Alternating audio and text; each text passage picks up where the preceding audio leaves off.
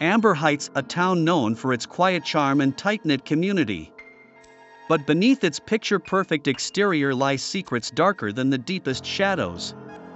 This is a story of betrayal, obsession, and a truth so brutal that it threatens to tear a family and a town apart.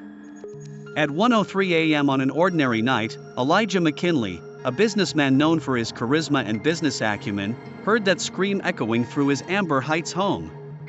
Startled awake, he rushed to the front door, where the storm outside was as fierce as the panic that surrounded him. Rain poured down in relentless sheets, pooling beneath a lifeless body sprawled on the porch.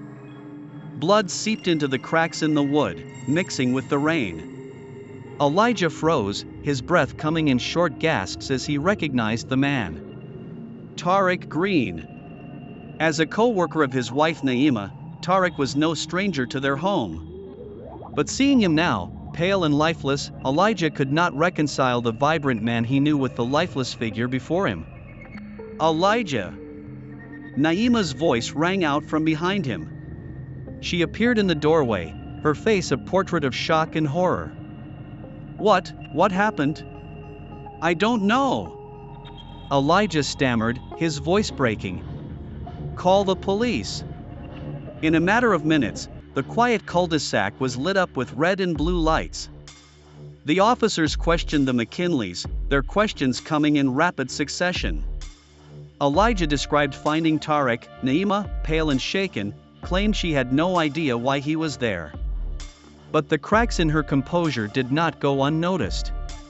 To outsiders, Elijah and Naima McKinley are the perfect couple, a success story of ambition and elegance.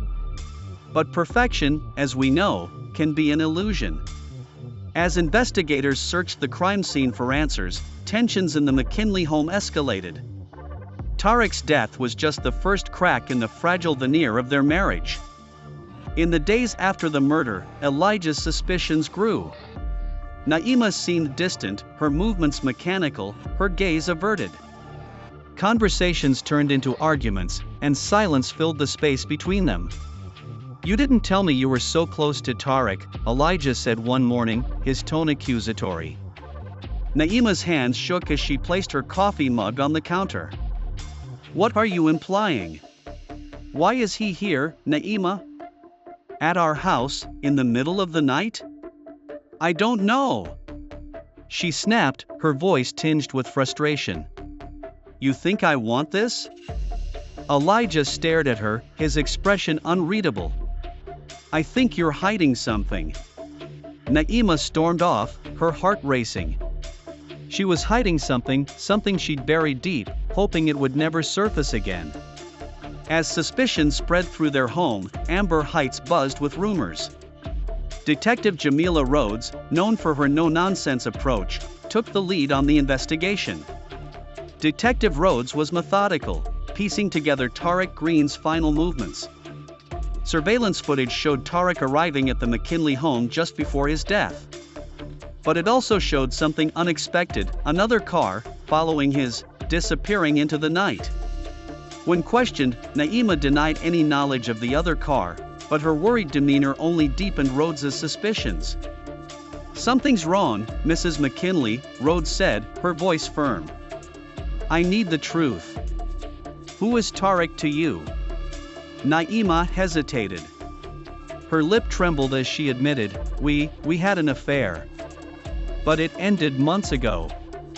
I told him to stay away. Rhoades' sharp eyes met hers. But he's still here. Why? Naima shook her head. I don't know.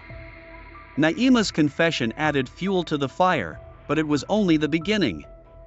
The web of lies surrounding Tariq's death was more tangled than anyone could have imagined.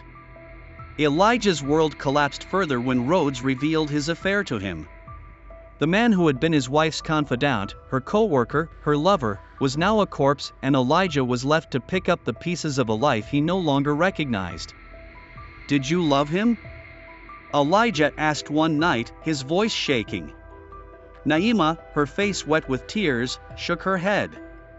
No. That's not it. I made a mistake, Elijah. But I didn't kill him. Elijah turned away, clenching his fists. Then who did? Rhoades continued, uncovering threatening messages sent to Tariq in the weeks before his death. Who was the sender? A mysterious alias, A. Sims. But tracing the messages leads to a shocking discovery: they were sent from Elijah's phone. Faced with this evidence, Elijah breaks down. I didn't mean for this to happen. He cries. I just wanted him to leave us alone. But Rhoades isn't convinced.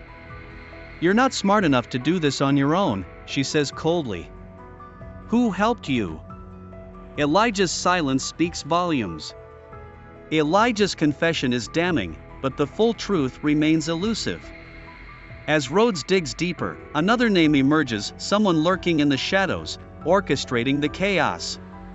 The trail leads to Detective Isaiah Watts, a trusted colleague of Rhoades.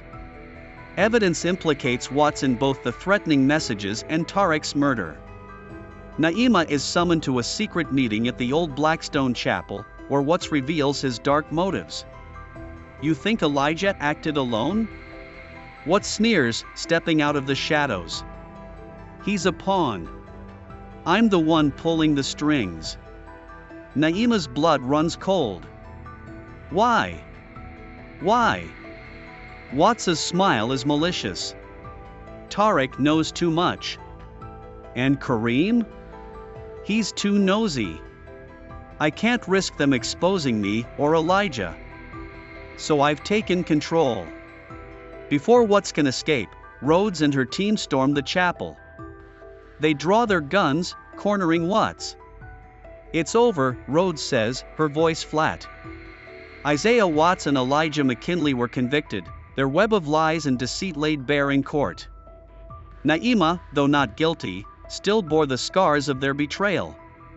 Months later, she returned to Blackstone Woods, laying flowers at the spot where Kareem had died. I'm sorry, she whispered, her voice trembling. Months after the trial, Amber Heights began to return to its uneasy rhythm. Life went on, but the scars of the tragedy lingered like ghosts in every corner of the town.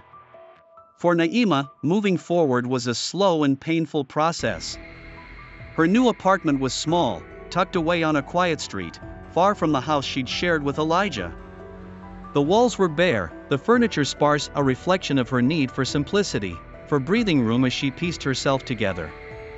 Detective Jamila Rhoades kept in touch. Their conversations drifted from formal questions to cautious discussions of healing. One afternoon, over coffee, Rhoades remarked, "You're stronger than you think, Naima." Surviving this? Not everyone can. Naima smiled weakly. I don't feel strong. I feel empty. Like I lost a part of myself there. Rhoades leaned forward, her voice firm but kind. The gaps can be filled. It takes time, but they will happen. You've already started by choosing to face the truth. Naima thought about those words often. Gradually, she found ways to fill the void. She joined a support group for victims of abuse and manipulation, sharing her story in careful pieces. She reconnected with her sister, whom she had pushed away during her years with Elijah. One morning, as she walked through Blackstone Forest, she stopped to catch the sunlight filtering through the trees. For the first time in what seemed like an eternity, she didn't feel trapped. I can do this, she whispered to herself. The past would never leave her completely, but Naima was determined to build something new, not a life without mistakes, but one where she could finally breathe again.